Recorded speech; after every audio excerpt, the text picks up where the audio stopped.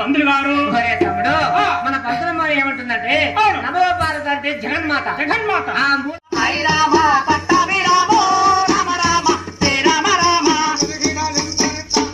ఆ తల్లిదండ్రులు కనుగుడ్లు ఎర్రగా చేసి నేను మా బుద్ధి పూర్వగా పెంచుకున్న మా పిల్లల మేత వచ్చారికి ఎవడన్నా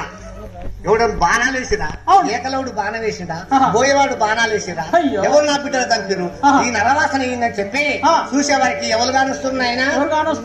గగనానికి చూడగా రంగమ్మ శివరామయ్య కూడా పండ్లు కట్టుకొని తిరిగి తిరుపతి బయలుదేరాట. అమ్మా రంగమ్మ, ఏ విధంగానైతే మా పిల్లల తాకి మాకు కాకుండా చేశావో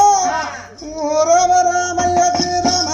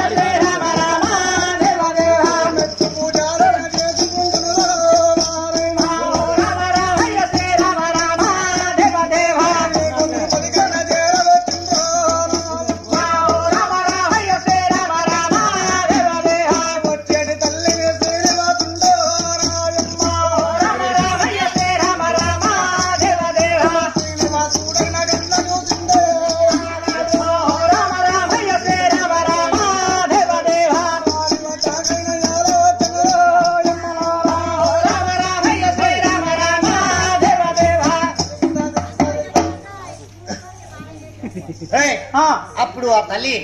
ఆ రంగమాంబ శివరామయ్య జీతగాళ్ళు మంత్రులు వాళ్ళంతా ఉంటారుగా పన్నోళ్ళు వీరందరూ కూడా ఏడిక సంతోషం పోతుండగా ఆ గండబిల్లు పక్షులు గనక మార్గం చేసి చూసే వారికి వీళ్ళు బండ్లు కట్టుకుని ఏడిక సంతోషంగా పోతున్నారు. రంగమ్మ నా బిడ్డలు కాకుండా చేసి శివరామయ్య నువ్వు దేవుని కాడి పిల్లల కోసం పోతున్నావా? రేపు నీకు పిల్లలు కలిగినాక కూడా నీ ఎంత గోస తీస్తున్నావు మా శోకం నీకు కూడా తప్పకుండా జరుగుతుందని చెప్పి శాపం మీకు పక్షులు అలా శాపం వినకుండా కూడా ఏడుకొండ కొండకు పోయారు. ఆ కొండలపై స్నానాలు చేసి ఇక్కడ ఏడుకొని ఏం జరుగుతుంది ఆయన తిరుపతి చేసిన వారైనా దిగో తిరుపతిలో స్నానం ఆచరించి మెట్టు పూజలు చేసుకుంటూ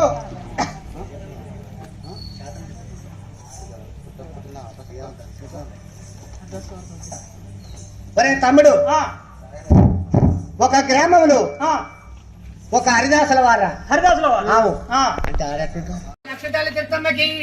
మన గణేష్ మహారాజుకి అన్నగల్లపురంలో ఉయ్యాలలో తిరుపతి మొదలైనవి. ఈనాడు మన గ్రామంలో కూడా రామయ్య రాజా మన గ్రామంలో కూడా తాలూకా గ్రామంలో విద్యాలమ్మ గూడెం రెండు